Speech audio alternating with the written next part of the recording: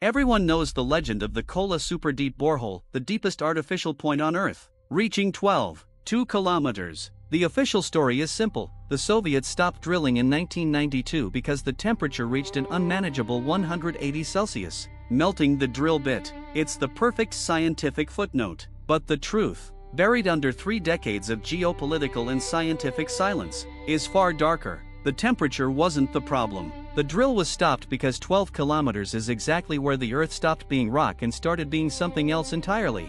My grandfather, Dr. Dmitry Volkov, was the chief geologist on the Kola project until its sudden shutdown. He carried the secret of the forbidden hole to his grave, leaving me Dr. Anya Volkov, a structural engineer, only a single, sealed titanium cylinder and a series of cryptic, geological coordinates. The coordinates pointed not to the original Kola site, but to a vast, abandoned industrial complex in Siberia, miles from any official record.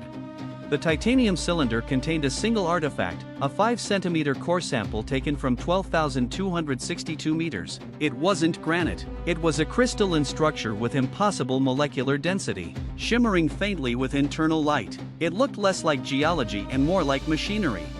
Driven by my grandfather's obsession, I managed to infiltrate the Siberian complex. It wasn't abandoned. It was a deeply concealed, International Covert Geophysics Initiative (CGI) research facility. They weren't there to resume drilling. They were there to monitor the original Kola site, using it as a scientific anchor point. I used my grandfather's credentials to access the central data vault.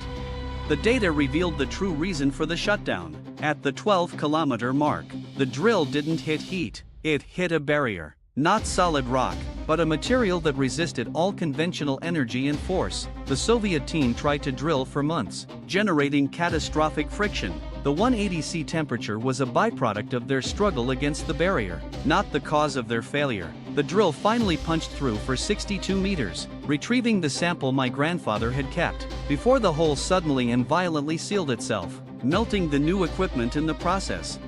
The true horror of the recovered data lay in the acoustic recordings taken during the final moments of the drill's penetration. Filtered of the drill noise, the audio revealed a sustained, rhythmic pulse. It wasn't seismic, it was ordered. The pulse was complex, repetitive, and clearly artificial. The scientific team, terrified, called it the deep heartbeat. The Earth wasn't just rock, it was hiding an internal, colossal mechanism. The CGI scientists weren't monitoring seismic activity or temperature. They were monitoring the frequency of the deep heartbeat, and the data showed that after decades of silence, the frequency was subtly, but undeniably, accelerating. I confronted Dr. Elias Thorne, the current head of the CGI.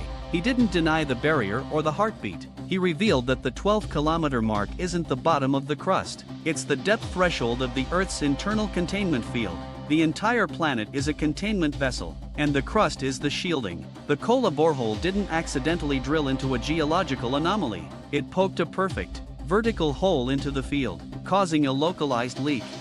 Thorne explained that the Earth is not a natural planetary body. It is an immense, ancient prison built to contain something that requires continuous energy suppression to keep dormant. The crystalline barrier is the prison wall. The planet's magnetic field and geothermal heat generation are side effects of the suppression technology. The shocking, existential twist came when Thorne showed me the core sample under spectral analysis. The crystalline structure didn't show a natural formation. It showed a complex, repeating symbol, etched into the molecular lattice itself. It was a single, terrifying word, translated by advanced linguistic algorithms. Gala.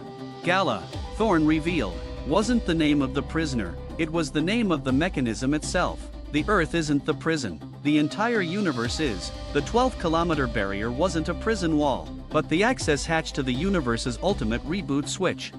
Thorne's final revelation was crushing. The ancient entity trapped within the Earth's core, the source of the heartbeat, is not a monster. It is the anti-entropy algorithm, the one law that governs all other laws of the cosmos, which was deemed too powerful and unstable by the universe's true architects and imprisoned inside a self-sustaining planetary suppressor, our Earth. The 12-kilometer threshold is the access point to inject the key to permanently shut down the algorithm. But humanity, in its scientific hubris, not only failed to shut it down but accidentally introduced a localized crack, causing the algorithm to wake up And the accelerating deep heartbeat wasn't the sound of an internal mechanism activating, it was the sound of the anti-entropy algorithm reversing the flow of time within the core, preparing to break out. The forbidden hole didn't reveal a monster in the basement, it revealed that Earth is the ultimate failsafe device, and by drilling too deep, we didn't just wake the prisoner, we provided the escape route. The last screen in the CGI vault flickered, showing the heartbeat frequency reaching maximum intensity. Thorne turned to me, his face pale. We didn't drill too deep, we just confirmed the coordinates for the extraction team. They're not here to save us, they're here for Gala. The entire universe was about to lose its primary law, and the 12-kilometer hole was the key.